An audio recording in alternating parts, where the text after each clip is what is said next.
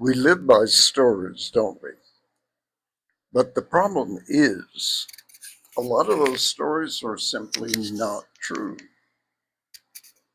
We don't like to think about that, but as Americans, I was just thinking about our story of our country and how it started and how heroic it is. And it kind of occurs to me that as a white fella, I probably have a very different story from somebody who would be brown or black. I probably see my nationality, my culture, my personality, my possibilities completely differently from someone who comes from a different background, a different race. Um, it seems to me that we hide a lot. We hide and we fabricate a story of who we are that omits all the pieces we don't want to think about. It omits slavery. Um, it's amazing how um, the white population just doesn't want to hear about that, and is shocked to find out how long it went on. And not only that, when the African Americans finally got their so called freedom, it wasn't real, it wasn't complete. The, the whites managed to create a system where slavery was still possible. All you had to do is get framed for some kind of infraction, go to prison, and you were a slave again. And that was written in law. Plus, voting, forget it. I mean, it wasn't going to happen. Now, what we have is white people so frightened that they're going to lose their privileges. They're going to lose all the advantages they've had and that feeling of being superior because they're becoming a minority. And the solution has to be arrest these people, put them in concentration camps, or send them to some third world country. Just get them out of our sight. As a white person, I have to I have to feel the hypocrisy of that and how the that situation is invisible to white people. The whole concept that they're white and black human beings as some kind of important distinction is a really crazy idea anyway.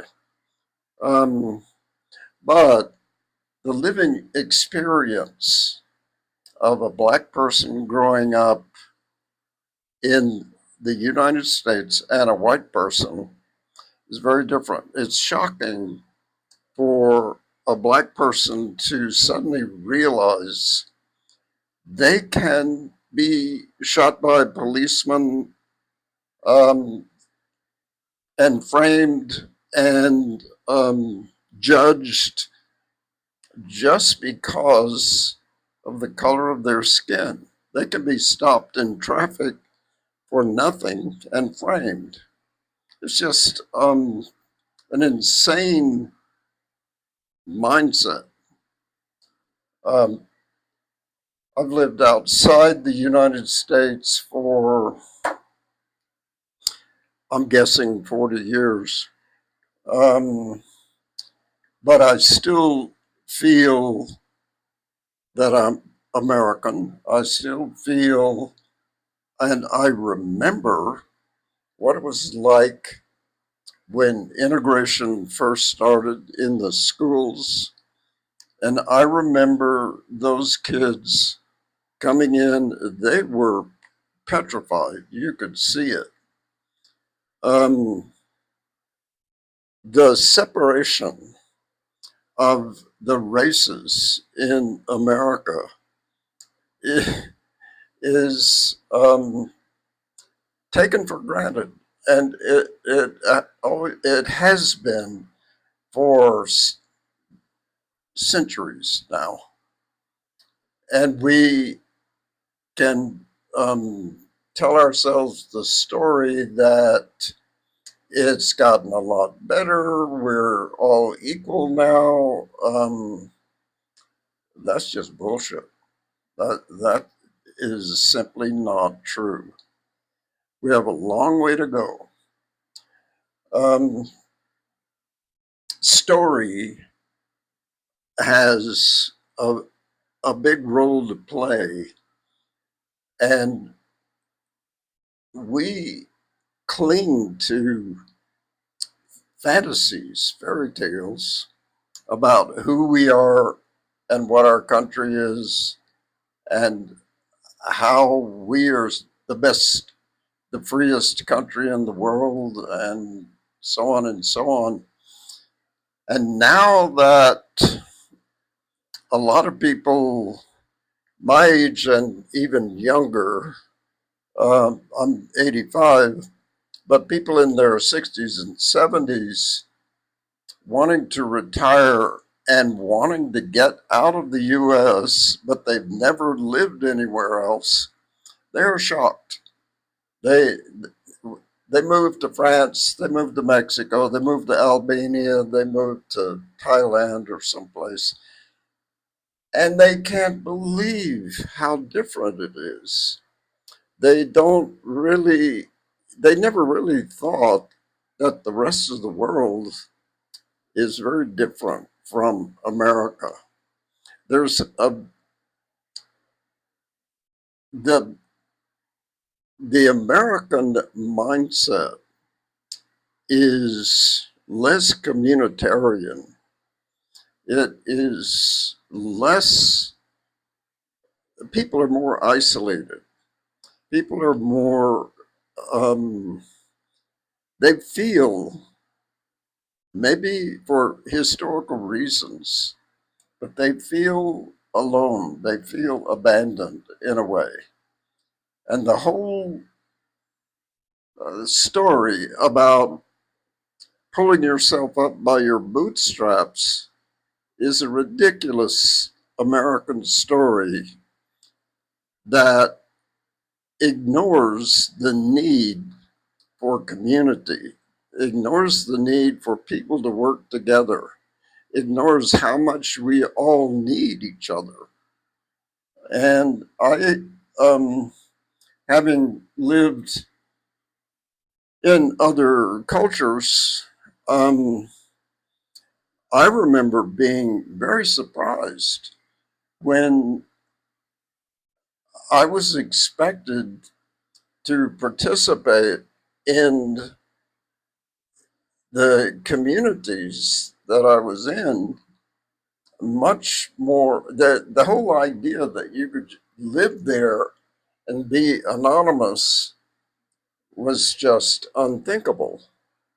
Um, it was an act of aggression. You actually had to come meet people eye to eye, shake their hand, talk to them, have a glass of wine together. And you had to do it on a regular basis.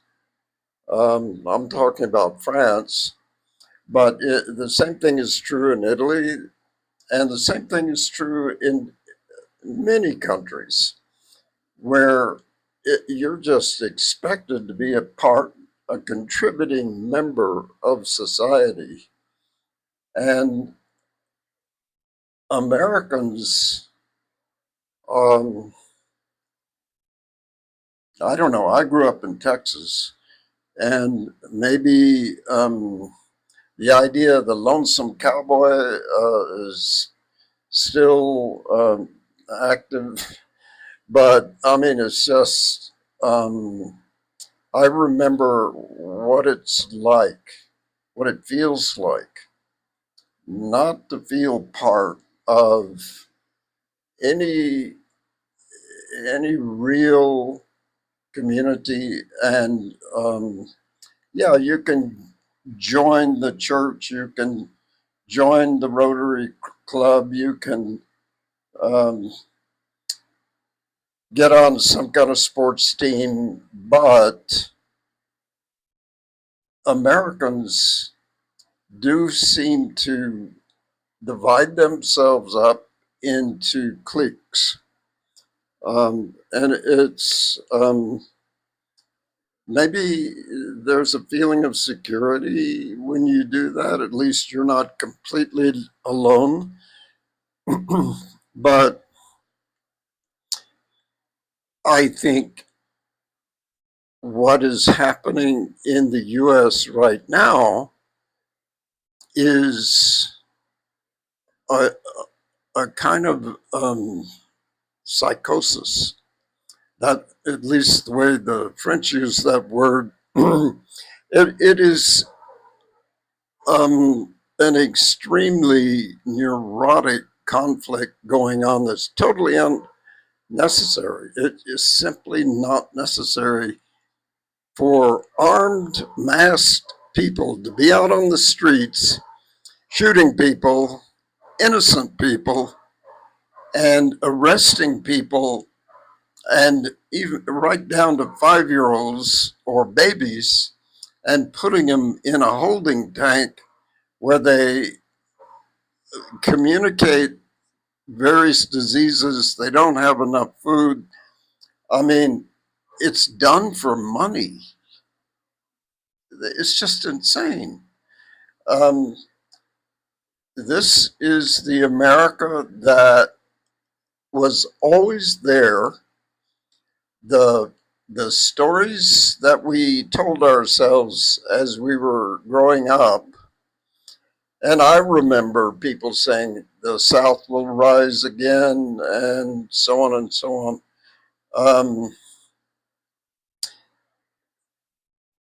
Living with a fabricated idea that really wants to sidestep the truth about who you are, what culture you actually belong to, and you tell yourself these fairy tales about justice and equality and opportunity, and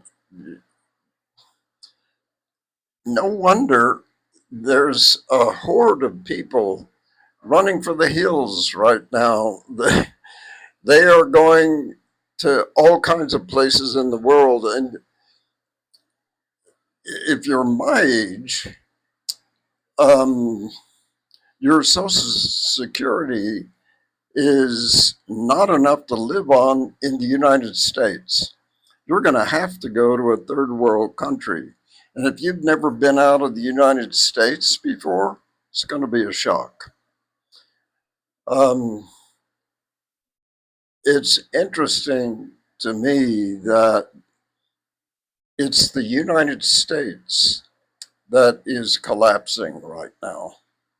It's interesting that the strongest country in the world is committing suicide for God knows what reason. But I'm assuming that those impulses have something to do with having lived a fake story. It has something to do with people pretending to be something they're not like Trump, pretending to be powerful, pretending to be a good businessman, pretending to be rich. And it's astounding that Americans buy that.